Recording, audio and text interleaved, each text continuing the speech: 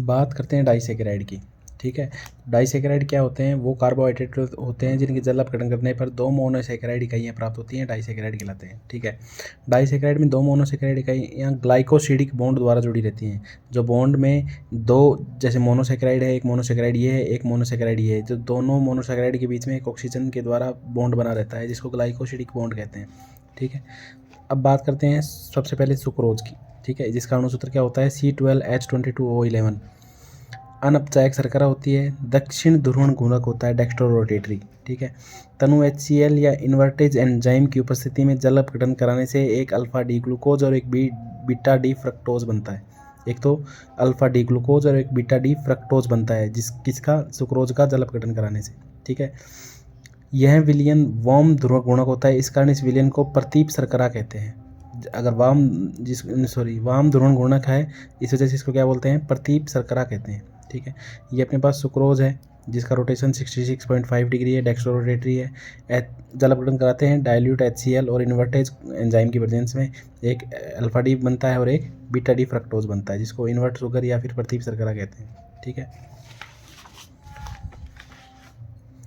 Cyclic structure of sucrose की cyclic structure की बात करते हैं तो सुक्रोज में अल्फा डी ग्लूकोज और बीटा डी ग्लूकोज के बीच में 1,2 ग्लाइकोसिडिक बॉन्ड प्रेजेंट रहता है। ठीक है, देखते हैं कैसे।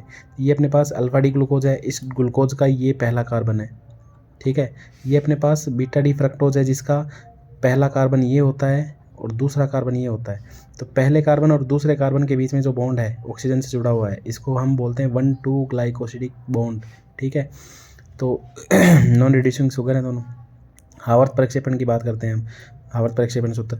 तो इसकी बात करें तो ये तो अपने पास अल्फा ग्लूकोज है, तो हमें पता है, हम पहले पढ़ चुके हैं, जो समूह दाईं ओर होते हैं, इस तरफ होते हैं, इस तरफ, वो नीचे की ओर लिखे जाएंगे, और जो बाईं ओर होते हैं वो ऊपर की तरफ। जैसे ये कार्बन फर्स्ट है तो इसमें ये बाईं ओर है तो ऊपर की तरफ है, ये रहा ऊपर की तरफ। ये दाईं ओर है तो ये नीचे की तरफ हो गया।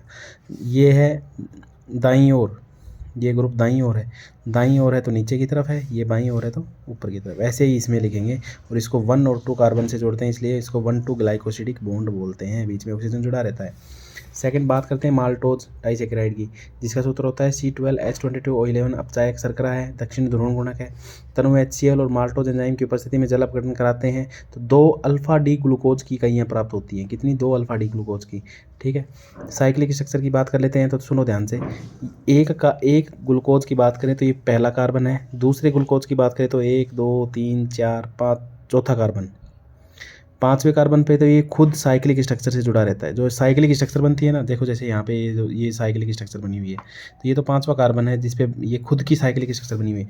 लेकिन जो यहाँ पे जो ये ग्लाइकोसिडिक की बॉन्ड की बात हमने की थी, ये देखो ऑक्सीजन से जुड़ा हुआ है। यहाँ पे ये इसके तो पहले कार्बन से और इसके 4th कार्बन से, देखो ये 4th कार्बन से एक बॉन्ड बना रखा है इसने, इसलिए इसको हम बोलते हैं 1,4 ग्लाइकोसिडिक बॉन्ड। तो यहाँ पे 2 अल्फा डी ग्लूकोज की जो इकाइयाँ होती हैं वो 1,4 ग्लाइकोसिडिक बॉन्ड से जुड़ी रहती हैं। हावर्थ प्रक्षेपण सूत्र में सेम रहेगा, इसका पहला कार्बन और इसका चौथा कार्बन आपस में जुड़े रहेंगे। वही दाईं ओर के समूह नीचे की ओर, बाईं ओर के समूह ऊपर की ओर आते हैं। फिर बात करते हैं लैक्टोज की। अणुसूत्र होता है C12H22O11। अपचायक शर्करा है, दक्षिण ध्रुवण गुणक है।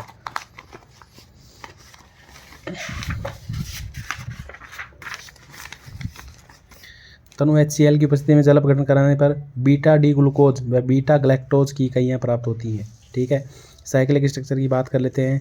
लैक्टोज में बीटा डी ग्लूकोज व बीटा डी ग्लैक्टोज इकाइयाँ वही 1,4 ग्लाइकोसिडिक बंध द्वारा जुड़ी रहती हैं। देखते हैं कैसे। ये अपने पास बीटा डी ग्लूकोज है, जिसमें एक तो खुद की साइक्लिक स्ट्रक्चर है और एक इसमें 1 2 3 4 नंबर कार्बन। इधर आ जाओ ग्लैक्टोज में ये पहला कार्बन है और ये इसकी खुद की साइक्लिक स्ट्रक्चर है। तो ये पहला और चौथे कार्बन के बीच में जो बॉन्ड बना हुआ है, इसको 1,4 ग्लाइकोसिडिक बॉन्ड बोलते हैं। वो हावर्थ प्रक्षेपण सूत्र में देखेंगे तो हावर्थ प्रक्षेपण सूत्र में ये ऐसे जुड़े हुए मिलेंगे। ठीक है, इसको बोलते हैं अपने को। अब बात कर लेते हैं पॉलीसैकेराइड की।